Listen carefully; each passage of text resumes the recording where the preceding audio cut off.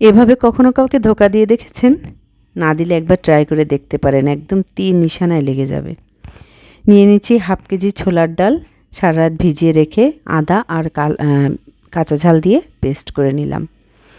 খুব বেশি জল দিয়ে পেস্টটা করা যাবে না, একদম শুকনো শুকনো, যতটা মিক্সি ঘুরতে লাগে ঠিক ততটুকু জল দিয়েই মিক্সিতে এটা নরম করে পেস্ট করে নিতে হবে, কিন্তু একটু গোটা গোটা থাকলে বেশি ভালো হয়, একেবারে মিহি পেস্টের দরকার নেই।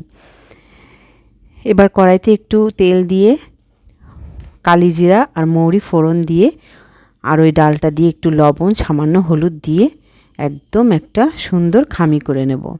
কোনো জল বা কিছু দিতে হবে না, ডালের যে এক্সট্রা একটু সামান্য জল ছিল সেটুকু টেনে যাওয়ার পরে এভাবে দেখুন সুন্দর একটা ডো তৈরি হবে।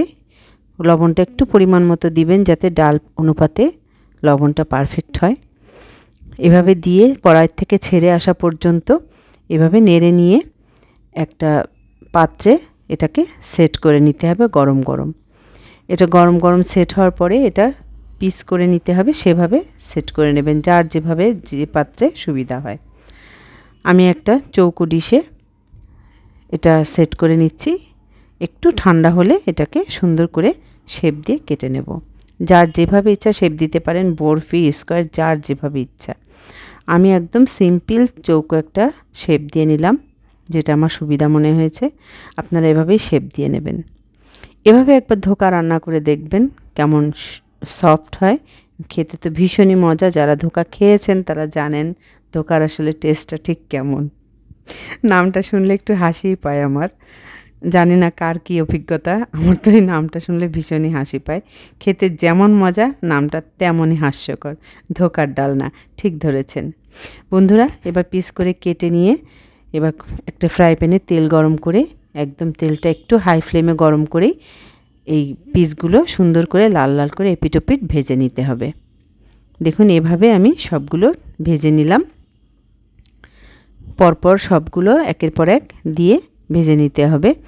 আমার এই পুরো ধোকাটা আমি হাফ কেজি ডাল দিয়ে করেছি। আপনারা আপনাদের ফ্যামিলি পার্সন অনুযায়ী ডালটা নেবেন এবং প্রসেসটা একই রাখবেন, মশলাটার পরিমাণ কম বেশি করে নেবেন।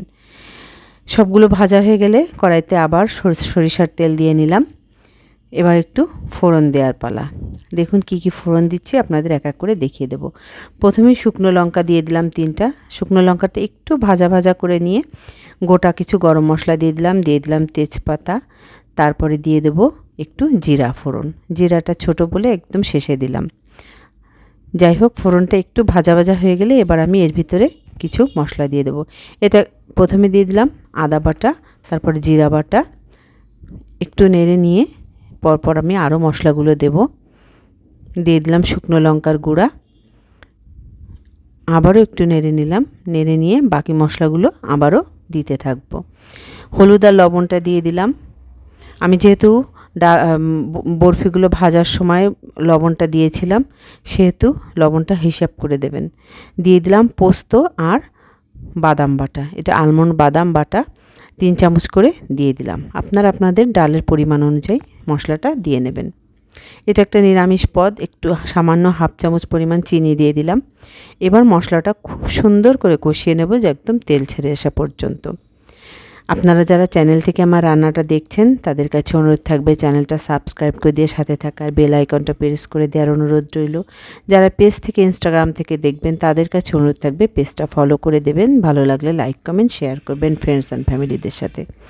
কিছু লাল লাল কাঁচা লঙ্কা, কিছু সবুজ কাঁচা লঙ্কা দিয়ে দিয়েছি। দেখুন 3 রকম ঝালের মিশ্রণে মানে কালারটা এত সুন্দর আসছে, দেখেই বোঝা যাচ্ছে। খেতেও ভীষণ লোভনীয় একটা রেসিপি। যারা এখন ট্রাই করেননি একবার ট্রাই করবেন, নিজেও ধোকা খাবেন, অন্যকেও খাওয়াবেন। ঝোলটা ফুটে ওঠার পরে এবার আমি যে ইয়েগুলো ভেজে রেখেছিলাম সেগুলো দিয়ে দেব। তার আগে হাফ চামচ গরম মশলা আর ঘিটা অ্যাড করে দেব। এটা যদি ডাল ভাজার পরে যদি এটা দিতে যাই, বেশি নাড়াচাড়ায় ডালের বরফিগুলো ভেঙে যেতে পারে, এজন্য সবগুলো আগে থেকে আমি দিয়ে নিলাম। এবার জাস্ট ঝোলে দিয়ে লো ফ্লেমে 10-15 মিনিট রেখে দিলেই আমার ধোকার ডালনা একদম পারফেক্টলি রেডি। ধোকাটা এভাবে রান্না করলে একদম সফট হয়, খেতে ভীষণ মজা। এটা একটা নিরামিষ পদ, যারা নিরামিষভাবে ধোকার ডালনা খেতে চান তারা এই রেসিপিটা ফলো করবেন। আমার চ্যানেলে যারা নিয়মিত দর্শক তাদের কাছে আমার অনেক অনেক কৃতজ্ঞতা। সবাই সুস্থ থাকবেন, ভালো থাকবেন। দেখা হবে পরের কোনো ভিডিওতে।